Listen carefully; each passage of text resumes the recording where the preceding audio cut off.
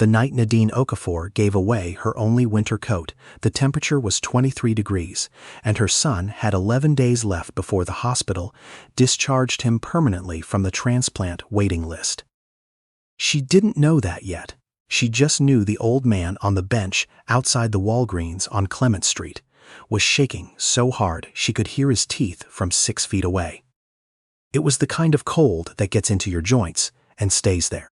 Nadine had worked a double shift at the dry cleaning counter, 8 in the morning until 9 at night, and her feet were swollen inside her sneakers, and she had exactly $41 in her checking account, and a bag of reduced-price bread and 2 cans of soup that she was trying to convince herself constituted dinner and tomorrow breakfast. She was 44 years old, and tired in a way that sleep doesn't fix. She saw him and she stopped. He was maybe 80. Thin the way very old men sometimes get thin, like the body is slowly giving back everything it borrowed. His jacket was a summer thing, a gray cotton blazer with the pocket torn half off, and he had no scarf, no gloves, and the way he was sitting, slightly forward, arms wrapped around himself, reminded her of how her son Caleb used to sit in his hospital bed on the bad nights. Braced, trying not to let the pain show. "Sir," she said it twice before he looked up. His eyes were dark brown and sharp, whatever else was failing. "Are you cold?" He looked at her like that was possibly the strangest question anyone had ever asked him. "A little," he said. She took off her coat. It was a good coat, a charcoal wool blend she'd bought 3 winters ago from the Macy's clearance rack, one of maybe 4 things she owned that could be described as nice. She'd been saving it. Not intentionally. Just, it was a good coat, and she took care of things she couldn't replace. She held it out to him. He stared at it. "You can," she said. "I'm parked close. I'll be fine." She wasn't parked close. She'd taken the 38 bus, and she had a 40-minute ride home, and the stop was 3 blocks from her apartment, but she said it like it was true, and she said it without hesitating, because some calculations you just don't do out loud. He took the coat. He put it on slowly, the way you put something on when your hands don't entirely cooperate anymore. And when he had it buttoned, he looked down at himself with an expression she couldn't name exactly. Not gratitude. Something older than gratitude. "What's your name?" he asked. "Nadine Arthur Pemberton," he said. "I'm sorry to take your coat, Nadine." "Don't be," she said. And she walked to the bus stop and stood in the wind for 38 minutes and didn't let herself think about it. She had been not letting herself think about things for about 14 months, which was how long Caleb had been on the transplant list. Her son was 22. He'd been a healthy kid, annoyingly healthy, the kind of teenager who ate boxes of cereal and ran track and stayed out too late and never seemed to pay any price for any of it. Then, 2 winters ago, he'd gotten what they thought was the flu. Then it didn't go away. Then there were tests. Then there were more tests. Then a cardiologist in a too small office on Van Ness told them the words idiopathic dilated cardiomyopathy, which is the medical way of saying his heart muscle was failing for no clear reason, and they didn't know how to stop it. Caleb needed a heart transplant. He was 20 years old when they said that. He'd been studying business administration at City College and working 20 hours a week at a shipping warehouse and calling her every Sunday morning without fail, which was the thing she always told people about him when she wanted them to understand what kind of person he was. He called every Sunday. Not because she asked him to, because he wanted to. The warehouse job had insurance, bare bones, high-deductible insurance that covered enough that no one could technically say it covered nothing, but the transplant program at Bayside Medical Center required what they called a financial clearance, a demonstrated capacity to cover post-operative medications, follow-up care, and incidentals that the policy didn't reach. The number they gave her was $68,000. Nadine had $600 in savings. She'd spent the first few months believing there was a system for this, that there were programs, funds, social workers who unlocked doors she didn't know existed. And there were. She wasn't wrong about that. She applied for 14 of them. She was approved for 2, which together came to $11,000, which she was grateful for, and which still left $57,000 between her son and a working heart. She worked the dry cleaning counter. She picked up weekend shifts at a grocery store 2 neighborhoods over. She sold the television. She sold the good jewelry she'd kept from her mother. She did the math differently every night, and the answer kept coming out the same. Her sister Pauline, who lived in Houston and had a husband who sold commercial real estate, told her she was praying for Caleb. Her brother-in-law did not offer money. Neither did the church she'd attended for 9 years, which had a building fund but not, apparently, a fund for situations like this. She stopped going to church, not out of anger. She told herself it was just scheduling. 14 months in, Caleb was still on the list. His condition had stabilized at a level the doctors described as serious, meaning not immediately critical, but not going in a good direction. He lived with her now, in the 2nd bedroom of her apartment in the Richmond district, because the warehouse job was gone. You can't work a warehouse with a failing heart, and because he was her son and she was his mother, and that was the beginning and end of the logic. He slept a lot. He watched old NBA games on his laptop and argued with her about her cooking, which was the version of himself he could still manage to be. And most days it was enough. Most days. The call came on a Thursday morning in February, 11 days after she'd given her coat to Arthur Pemberton. It wasn't the call she'd been hoping for. It was a different kind of call. The transplant coordinator, a woman named Ms. Farrell, who had a careful voice that Nadine had learned to read like weather, calling to let her know that Caleb's file was going to be placed in inactive status at the end of the month if the financial clearance wasn't resolved. Inactive status, Nadine repeated. He remains on the registry, Miss Farrell said carefully. But he won't be matched to available donors until the file is reactivated. And reactivation requires the financial clearance. Yes, Nadine sat down on the kitchen floor. She didn't mean to. Her legs just decided that standing wasn't necessary anymore. She called Pauline. Pauline said she would pray harder. She called a legal aid organization she'd seen on a flyer at the laundromat and was put on hold for 40 minutes before the line disconnected. She spent 3 hours on the Bayside Medical website, reading the same pages she'd read 11 times before, looking for something she'd missed. She hadn't missed anything. She didn't tell Caleb. He was in the next room watching a Lakers game from 2009, and she could hear him occasionally saying something at the screen, and she stood in the hallway between their 2 rooms and breathed until she could make her face do something neutral. And then she went in and sat on the edge of his bed and watched Kobe Bryant do something extraordinary, and neither of them said anything for a long time. "Mom," Caleb said eventually. "Yeah, you're doing the thing." "What thing?" "The thing where you sit very still so you don't have to lie to my face." She looked at him. He looked back. He was 22 years old with her father's eyes and his own stubbornness, and a heart that was working at 40% capacity, and still, somehow he was the one watching out for her. "We have 11 days, she said. He nodded once, like he'd been waiting for her to say it. "Okay," he said. "Then we figure it out in 11 days. She didn't tell him she had no idea what figuring it out looked like. He probably knew. But they agreed quietly, without saying it, to act like they didn't. 3 days later, she got a call from a number she didn't recognize. She almost didn't answer. It was a Saturday. She was at the grocery store. She had a handbasket in one arm, and she was trying to decide between 2 brands of soup, and her phone rang with a San Francisco area code she didn't know. And she answered it mostly because she'd trained herself over 14 months to answer unknown calls, because you never knew which one was going to matter. "Is this Nadine Okafor?"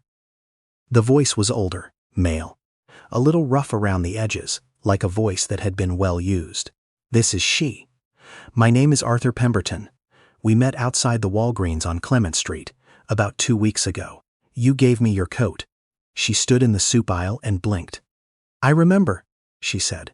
"I'd like to meet with you," he said. "If you're willing, I have something I want to discuss." She almost said no.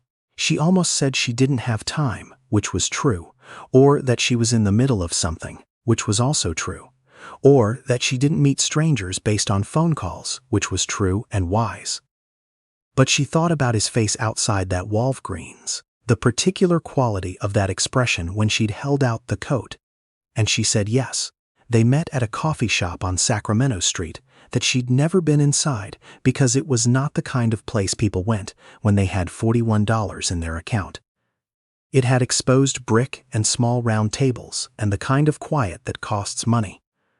Arthur Pemberton was already there when she arrived, sitting very straight in a chair by the window, wearing her coat.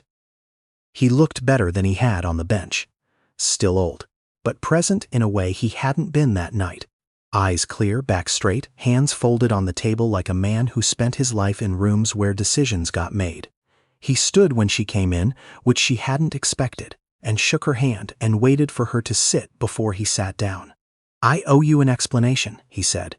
"You don't owe me anything." "I owe you several things," he said. "Let me start with one." He paused. He looked at the table for a moment, and when he looked back up, his expression had the quality of something that had been thought about carefully. "My wife passed away 8 months ago. Eleanor, 51 years. She grew up without much, and she never—" He stopped. Started again. "She never stopped seeing people. Really seeing them, the way you saw me that night. I haven't been seeing much of anything since she died." Nadine didn't say anything. Some things don't require a response. "I was sitting on that bench because I didn't want to go home," he continued. "The house is very quiet now. I go for long walks when I can't stand it. I forgot my coat." He looked down at the charcoal wool. "Your coat, it fits you," she said. The edge of something came into his face that might have been a smile. "I've been wearing it every day." He asked her then, carefully, without any implication that she owed him an answer, if she would be willing to tell him about herself. Her work, her son. He said he asked because he had been in the business of helping people for many years, and he could sometimes see when someone was carrying something heavy, and he had gotten the sense, that night, that she was. She should have been cautious.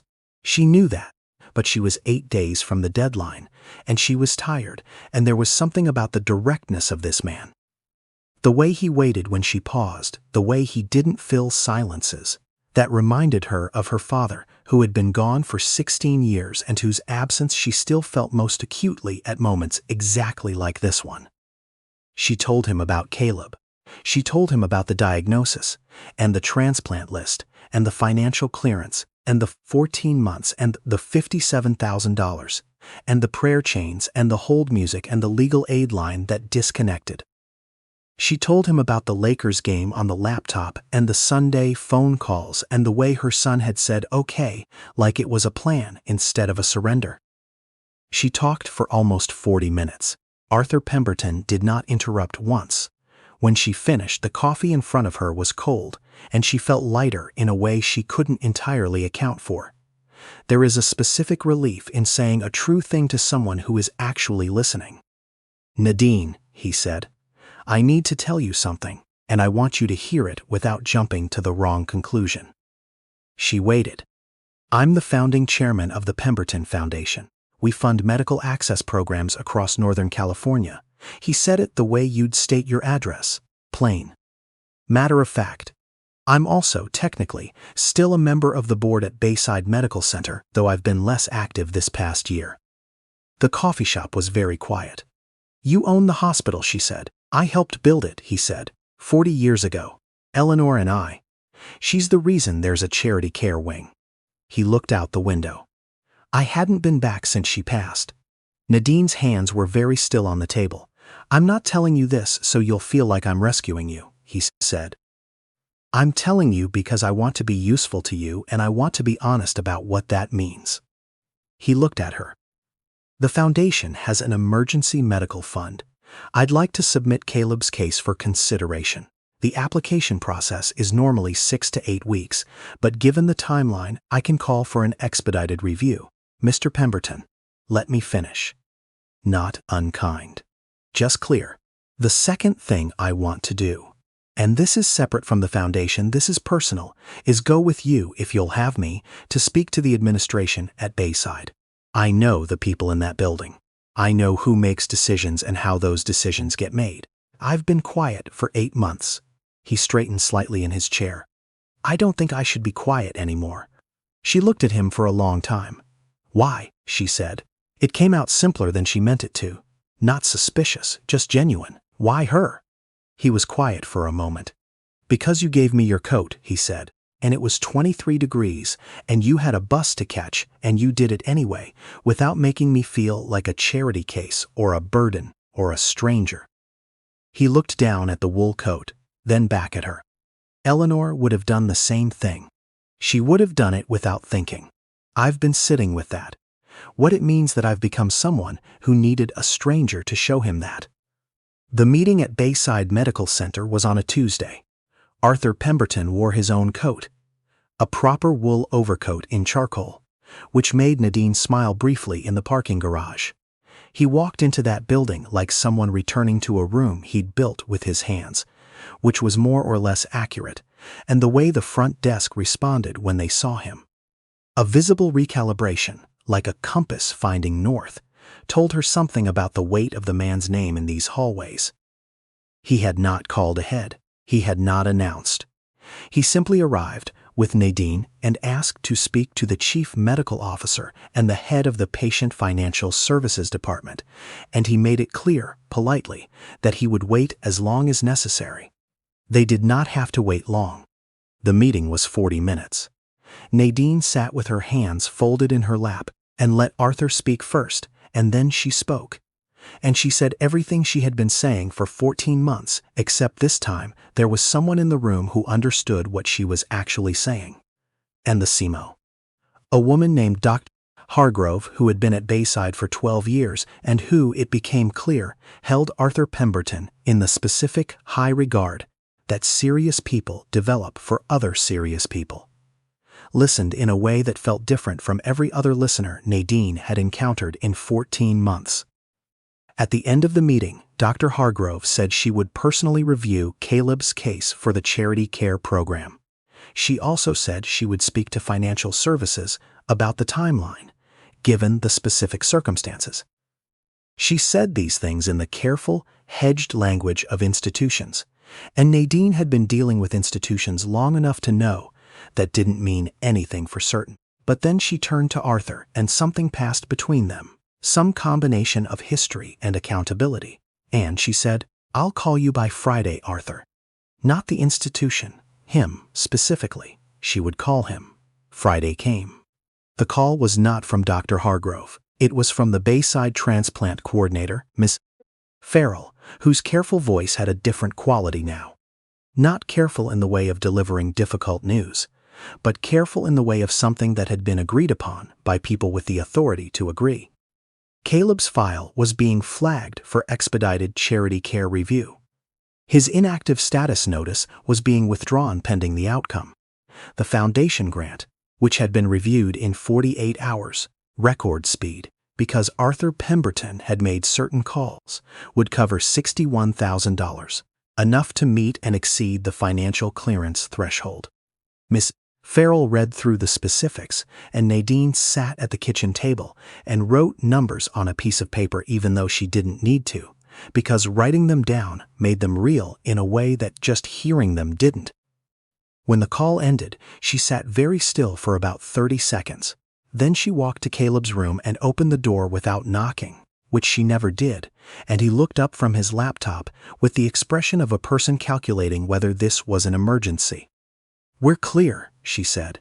He stared at her. The financial clearance. It's done. You're back on active status.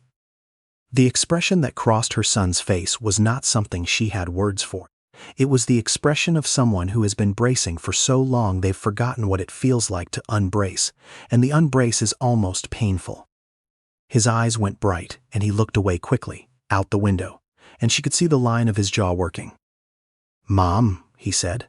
I know, she said. She sat on the edge of his bed, the way she'd sat there, the night she'd told him about the 11 days, and for a long while neither of them said anything, and the afternoon light came through the window at a low winter angle and lay across the floor between them. And it was enough. Caleb received his transplants 7 weeks later. The donor was a 26-year-old man from Sacramento, whose family, in the worst week of their lives, made the decision to say yes. Nadine thought about them every day. She still does. There is a letter she's written 12 times and never sent because she can never find words that are proportionate to what they gave her son, and she suspects she never will, and she keeps trying anyway. The surgery lasted 9 hours. Arthur Pemberton sat in the waiting room with her for 4 of them. He brought 2 cups of coffee from the hospital cafeteria and a paperback novel he didn't open, and he sat with her the way people sit with each other when words are inadequate, which is simply to not leave. Caleb came out of surgery well. He came out of recovery better. At his 3-month follow-up, his cardiologist used the word remarkable, and Nadine sat in the plastic chair next to her son in the examination room and didn't let herself cry until she was back in the parking garage. There is a thing that happens when you've been carrying something heavy for a long time, and then it's gone. People expect relief, and there is relief, but there's also a kind of disorientation. Your body has been organized around a weight for so long that without it, you don't know quite how to stand. Nadine felt this. She felt it at the dry cleaning counter, doing the same motions she'd done through 14 months of crisis, now in the absence of crisis. She felt it on Sunday mornings when Caleb called, and they talked about ordinary things. She talked about it once, obliquely, with Arthur, over coffee at the same Sacramento Street place, with the exposed brick that she still felt faintly out of place in. He had become a fixture in her life in the specific way that people become fixtures when they've been present for something that changes you. Not constantly, not intrusively, but there, in the background, reliable. Eleanor used to say, he told her, that most people don't know what to do with ordinary life because they've been taught to value the extraordinary. She thought ordinary life was where everything actually happened. Nadine thought about Caleb calling on Sunday mornings, Kobe Bryant scoring from impossible angles on a 10-year-old laptop, soup cans on a Walgreens shelf. She sounds like she was right, Nadine said. She was right about most things, Arthur said. He looked out the window at the street. I'm working on accepting that I have to carry that knowledge forward instead of backward. She understood what he meant. It was the same calculation she'd been making, in one form or another, for 2 years. Arthur Pemberton, with Nadine's permission, submitted Caleb's case to the Pemberton Foundation as a catalyst for what became the Eleanor Pemberton Emergency Access Fund, a new grant stream specifically for patients facing transplant financial clearance barriers. The Foundation's website describes it as addressing a gap in the existing system, which is accurate. What it doesn't say is that the gap has been there for 20 years, and it took 1 coat and 1 bench and 23 degrees to make it visible to the right person. In the first year, the fund helped 31 families. Nadine knows this because Arthur told her. He tells her these things over coffee, on Sacramento Street, on irregular Tuesdays, in the way that people who have been through something together find small ways of keeping account of what came from it. Caleb is 23 now. He's back at City College. He switched from business administration to pre-nursing, which he says is his own business and Nadine should mind hers. And then he calls on Sunday and tells her everything about it. She still takes the 38 bus. She still shops the reduced price shelves. The math of her life didn't change as much as you might think. She's still a woman who works a dry cleaning counter in the Richmond district, still checks her account balance more often than she'd like, still wears through her sneakers faster than she can afford to replace them. But she has a new coat. Arthur bought it, a wool blend similar to the one she'd given away, in the same charcoal gray, and presented it to her, awkwardly, in the parking lot after a follow-up appointment of Caleb's. He said Eleanor had always believed you should replace what you gave. Nadine told him that was not how giving worked. He said he was too old to argue about it. She took the coat. She takes care of it. It's a good coat, and she can't replace it. And she's learned that some things you hold on to, and some things you let go of, in the cold outside a Walgreens on Clement Street. And the trick, if there is one, is knowing which is which, and being willing to be wrong, and trusting that what you let go of has somewhere to go.